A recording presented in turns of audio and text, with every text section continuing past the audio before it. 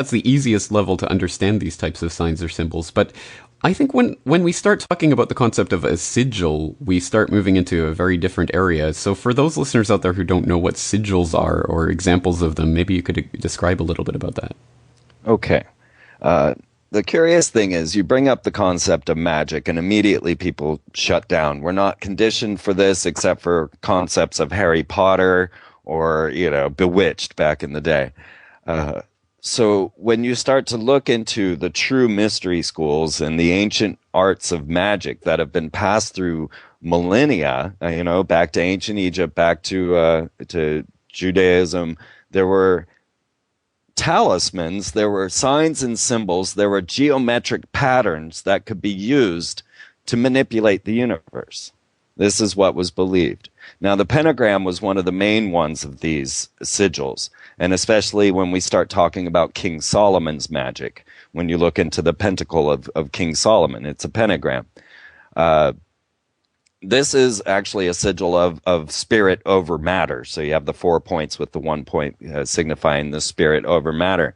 But what we find is that these magicians have a very elaborate, very detailed knowledge of signs and sigils into the other dimensions that they would use to invoke or evoke particular, what they call daemons, genie, or demons, and even angels. And so there was a whole form of magic created by John Dee, the Queen Sorcerer, who was connected to Enochian magic and speaking to different archangels. Most of the magic that you'll see practiced today is in connection with archangels. And so there's a whole angelic script that will actually outline different beings in this other realm. And King Solomon, he did very much the same thing in creating 72 sigils to bind spirits, and then one major sigil to bind them all. And he tried to control different demons or daemons to use them for his own will. And actually, the Bicentennial Mall in Nashville is an exact replica of the Seal of Solomon to bind spirits, only made into an architectural form.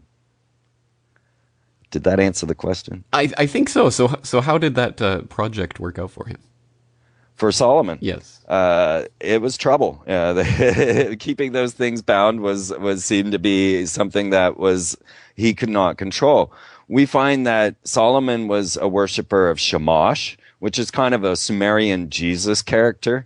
And he also worshipped Asherah, which is our goddess Ishtar, which is the goddess Columbia now in America. And he also worshipped Molech, who is that bull god that most think is the one they worship at Bohemian Grove with the owl. But Molech is, of course, a bull that they used to burn bodies to. So there was a lot of ritual, a lot of work that goes into ritual. And it was really the place of the elite, the rich, those that could afford all of the accompaniments that go along with performing a ritual.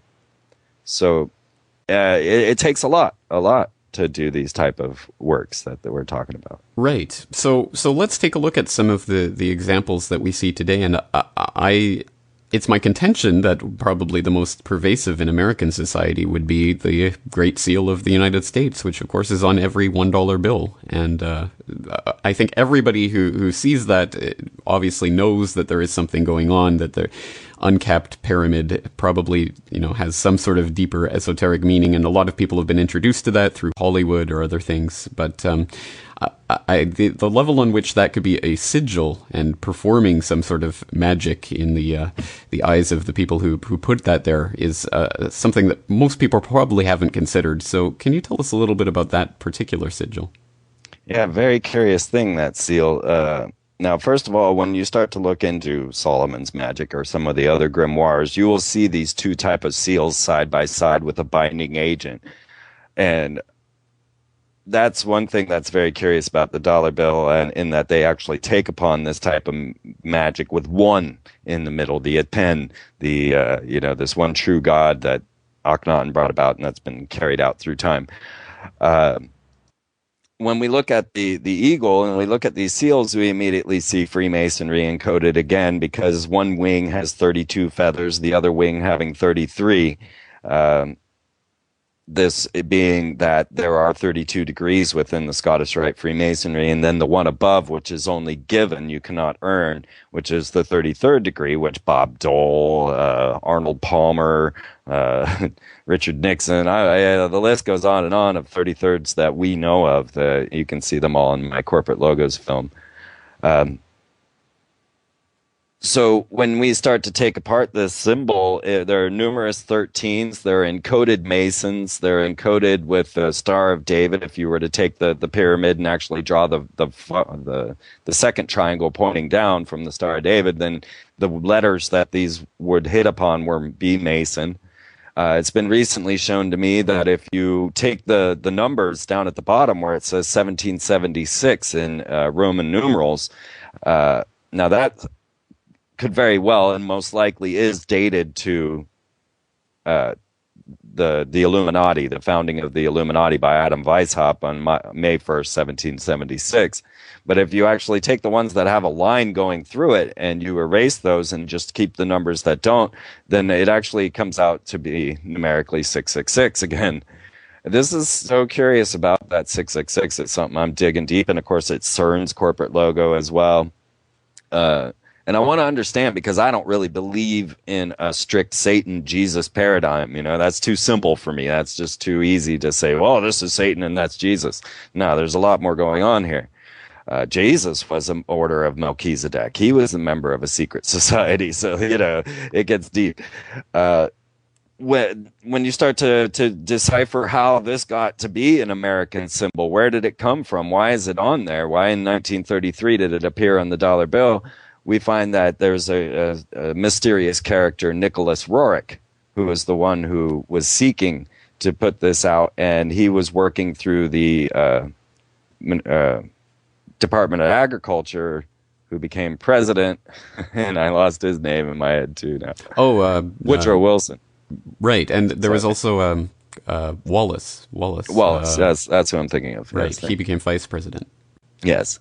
So through Wallace and through Nicholas Roerich, then we got the pyramid on the dollar bill, because everyone had seen the front seal, but no one had seen the reverse seal of that. Right, exactly. Explain that for people, because that's a bizarre and interesting concept as well, that there's the front and then the obverse of the seal, and no one had seen the obverse. I mean, that's kind of a bizarre concept.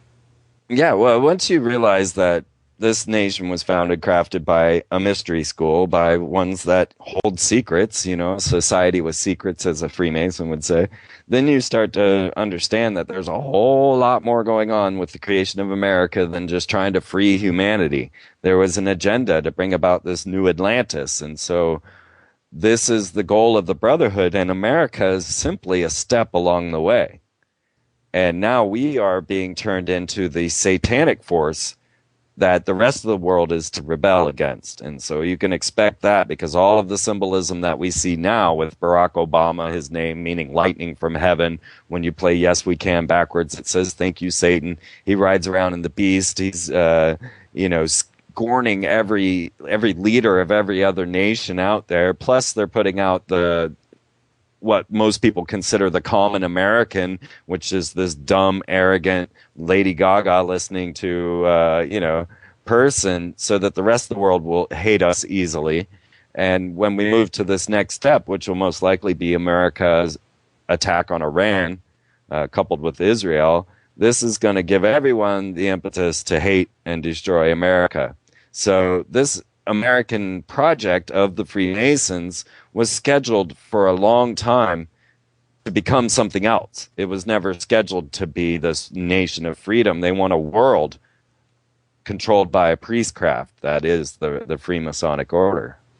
That's right. And again, people out there don't have to believe in this magic to know that there are people out there who do believe in this. And what does it mean that there are literally hundreds of millions of Americans walking around right now with their little symbol in their pocket on their $1 bills? What type of power do they think they get from this? Well, I think about the people running around with their Columbia Sportswear swastika on there, and and all the numerous others like the pentagram and cube on your Converse. I mean, we're covered in occult symbols. So they do say that these symbols have power. You know, Albert Pike himself said that these sigils have power, especially the pentagram was one of his favorites that they would use.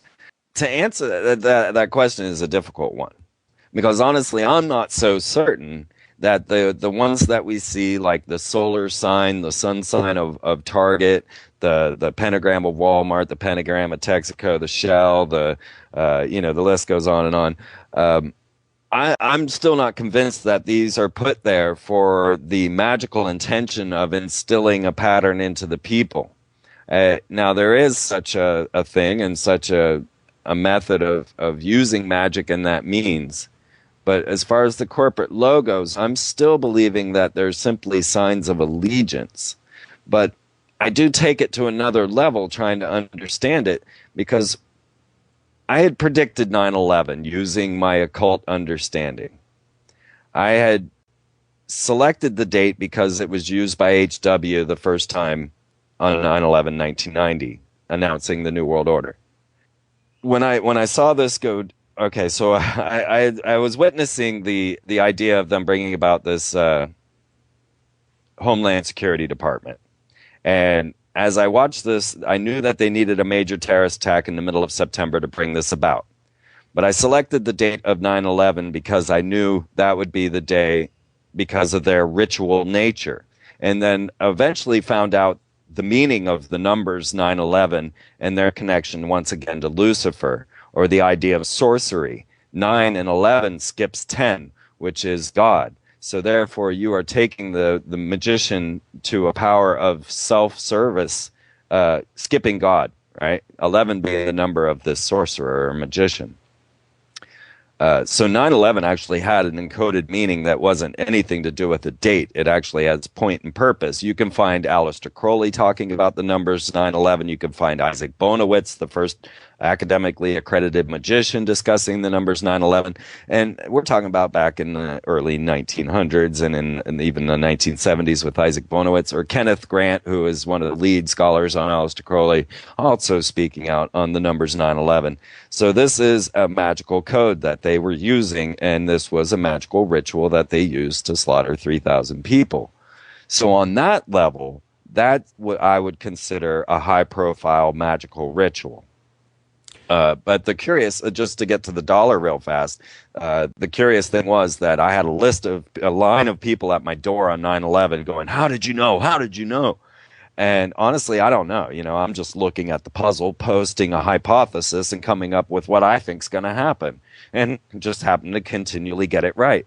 I had also said that they were going to force W into office because W is the letter of the beast. It's the letter of the fallen angels. It is the number 66 encoded in Hebrew because 6 is V in Hebrew. So W, when they forced the W, the dark one, into office, I said this will be the year 9/11 happens because I was talking about 9/11 from 1998 on. So when it finally occurred and when the W was forced into office, as I predicted, I said, okay, this is the year it'll happen. And then just another code, HW is Emperor of the Fallen Angels for his father's name. So when they showed up at my door, there were already 3 people with their $20 bills folded to show the Twin Towers burning. And I thought to myself, now I'm a conspiracy theorist. I know about things like this. How do you know about this? You're just, the common man that doesn't look into these things. How do these people know this? And they said, oh, it was all over the web. And to me, that was a big clue. One, that perhaps the symbols and sigils don't need to be as obvious as we think they do. Perhaps our holographic mind could fold that bill into the origami necessary to create and see the Twin Towers burning. Because it's not just the 20. If you take the 5 to 100, you get the entire World Trade Center scenario. The Twin Towers, the twin first getting hit, the 2 getting hit, the Twin Towers missing, and then a wisp of smoke on the 100. It's all there. Even if you flip the 20 over, it's got the pentagon burning with a hole in the side. This is, to me, the idea that the first ingredient of Freemasonry and of mystery schools is that you come of your own free will and accord.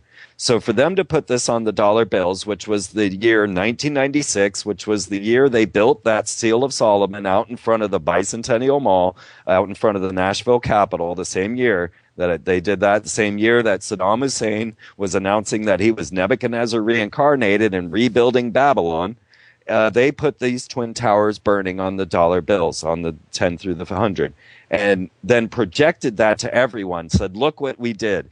And that's the moment that I realized that all of this requires our free will agreement. And so currently, if you take the Gulf oil spill, the agreement they're asking